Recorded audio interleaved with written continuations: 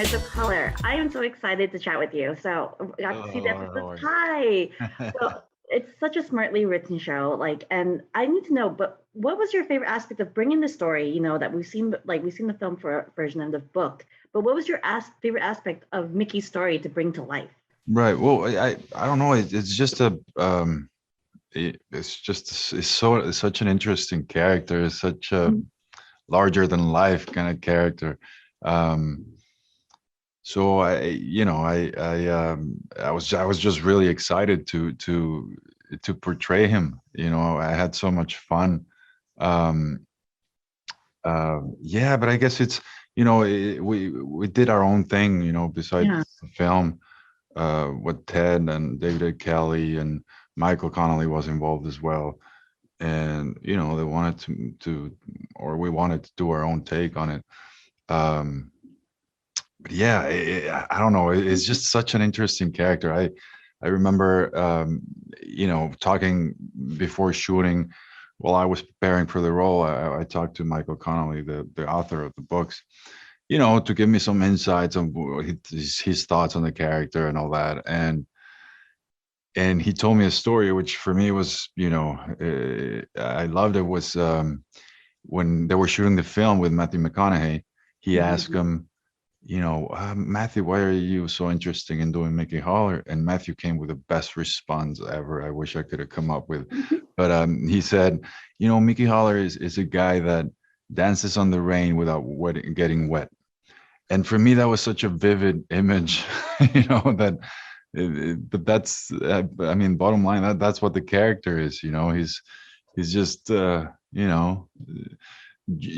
juggling, and it's like a fish in the water, and so yeah, I don't know, it's just so interesting to see uh a character like that, with all the um all the problems that he has, all the obstacles, but still seeing, you know succeed, or maybe not. Well, yeah, no, definitely. And there's a lot of source material, but what's great about Netflix is that they expanded the character's storyline and his background with his family, and we get to see Right. more of that. Um, what research did you do other than watching it and reading it? And I know you spoke to him. Did you do a lot more extensive research on maybe lawyers and like just the context of the role? Oh yeah, yeah, yeah. I did a lot of, for example, I watched most of the, because it's a lot of hours, but most of the real footage of OJ trial, Yeah. and that helped me so much. And I Wow. watch a lot of those show. I mean, those footage of court things, a lot of court movies, courtroom dramas, movies. Um, yeah, I wanted to have, because in the TV series he's a surfer, right? Yeah. And I know a surfers, it's like a way of life, it's like a, so I wanted to do that. So I went to Mexico on the beach for like 3 weeks and learned how to surf. But that, and also in the books I read, of course, the books of Michael, and they're like, he's so good at the detail on the characters. He's, you can really feel them and see them. So it was kind of easy, because he gives you like a lot of information about the character. So I took that, and like I said, I did a lot of research on courtrooms, and then the talks with Ted and Michael, and everything starts to build up, and then suddenly you're there, you put on the suit and you're like, okay, this is the guy.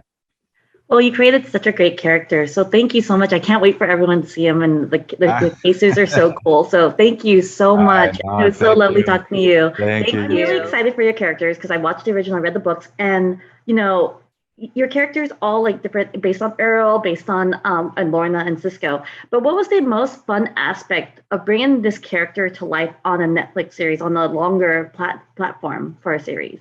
I can say for me, because my Yes. character in the books, and you've read the books, is, this white surfer guy, Yeah. and I'm not a white surfer male. So for me, it was really exciting to kind of be able to pitch ideas, to Ted and try to figure out like who is this girl? Like, yeah, she has an addiction, but how did she get there? And kind of recreating all of that. And I got to use a lot of my dance background in that, which was fantastic for me. And I had a lot of fun, especially because the book series, there's so much meat in there. So trying to figure out how I can interject myself in there was like really, really special.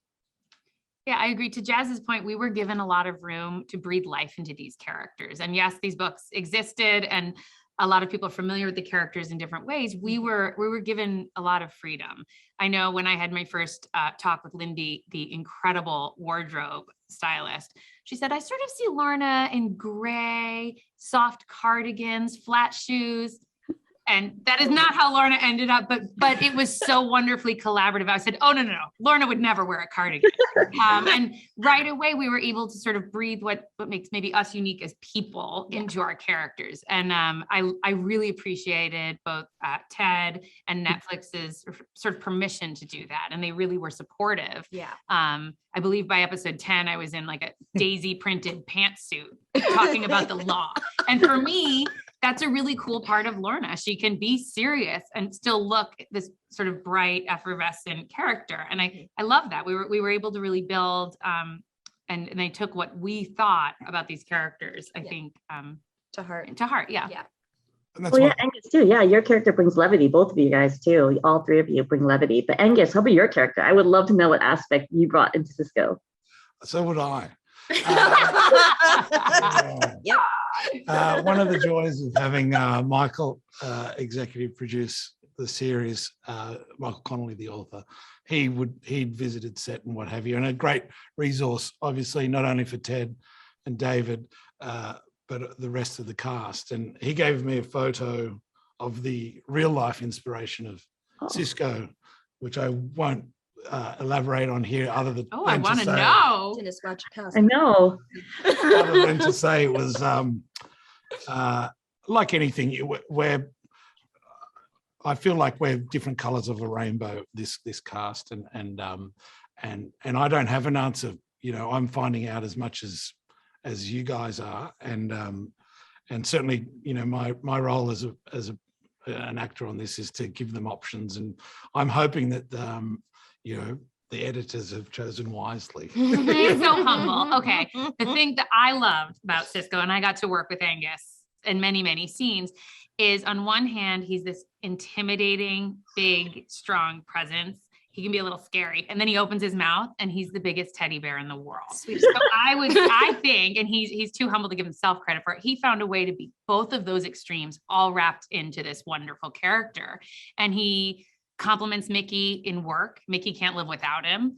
And he compliments Lorna in life. She can't live without his love. And I think that's a really great, those two things are so far apart. He was able to weave them together. And I don't know a lot of actors who could have done that so successfully. Well, my favorite dynamic was the relationship between like Lorna, Mickey, and the CISCO, and of course with IZZY too, with now Earl too, how that reflected.